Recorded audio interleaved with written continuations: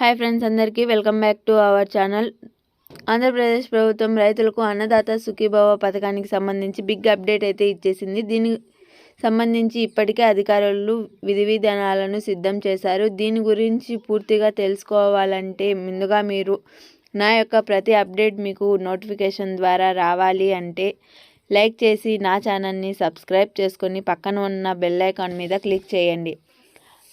అన్నదాత సుఖీభవ పథకానికి 6,300 కోట్ల రూపాయలు ఈ ఏడాది ప్రభుత్వం కేటాయించింది. బడ్జెట్లో ఈ నిధులను కేటాయించడంతో ఈ ఏడాది రైతులకు ఈ పథకం కింద నిధులు విడుదల చేయనుంది. అయితే కేంద్ర ప్రభుత్వం పీఎం సంధాన్ నిధులు విడుదల చేసిన సమయంలో ఈ నిధులు కూడా విడుదల చేయాలని నిర్ణయించడంతో మరికొద్ది రోజుల్లో ఆగినందుకు సంబంధించిన రైతులకు అర్హులైన వారు మరియు అనర్హులైన వారు దానిపై ఇప్పటికే అధికారులు ఖరారస్తు ప్రారంభించారు. ఒక నివేదికను ప్రభుత్వానికి సమర్పించినట్లు తెలిసింది. కూటమి ప్రభుత్వం ఎన్నికలలో ఇచ్చిన హామీల మేరకు అన్నదాత సుఖీభవ పథకం అమలు కోసం రైతులు ఎదురు చూస్తున్నారు.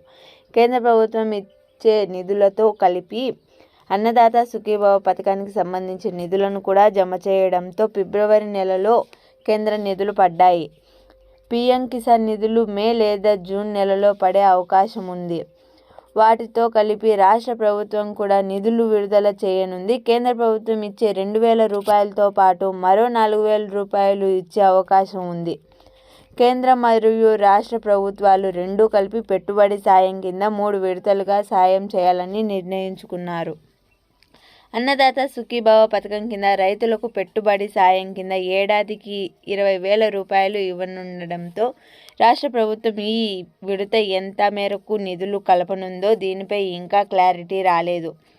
నిధులను సమీకరించే ప్రయత్నంలో అధికారులు ఉన్నారు. పీఎం కిసాన్ పొందే ప్రతి రైతుకు ఈ పథకం అమలు చేయాలని ప్రాథమికంగా రాష్ట్ర ప్రభుత్వం నిర్ణయించుకుంది. దీంతో పాటు అదనంగా పీఎం సంధాన్ నిధి పథకం అందని వారిలో అర్హుల జాబితాను పరిశీలించాలని కూడా మన సీఎం చంద్రబాబు గారు అధికారులను ఆదేశించడంతో ఈ మేరకు అధికారులు ఖరారస్తు చేస్తున్నారు.